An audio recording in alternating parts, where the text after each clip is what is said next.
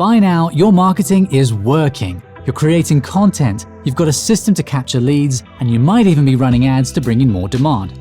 Now, I'm going to ask you a hard question. What happens when a lead actually comes in?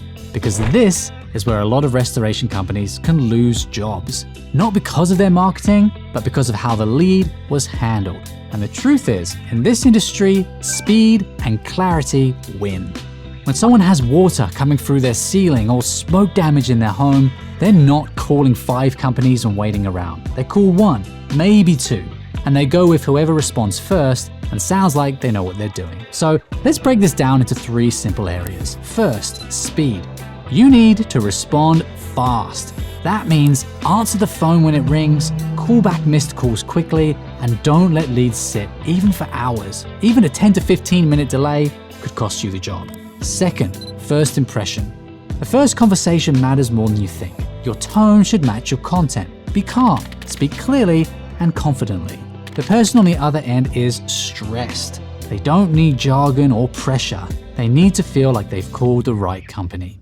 Simple things like, "We deal with this all the time, we'll walk you through it," or "Here's what we'll do next." All of those statements build trust instantly.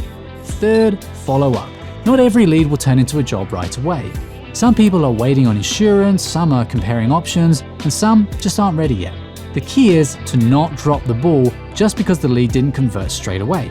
A simple follow-up call or a message can make all of the difference. It shows you care, it shows you're organized, and it keeps you top of mind. When you combine fast response, a strong first impression, and a simple follow-up method, you'll stop losing easy wins. Because at this stage, the job is already yours to lose. Marketing gets you the opportunity, your process wins the work. Now, in the final episode of this series, we're going to take a step back and look at the full picture. We'll show you how all of this fits together into a system, one that can consistently bring in leads and grow your business over time. I'll see you in the next one.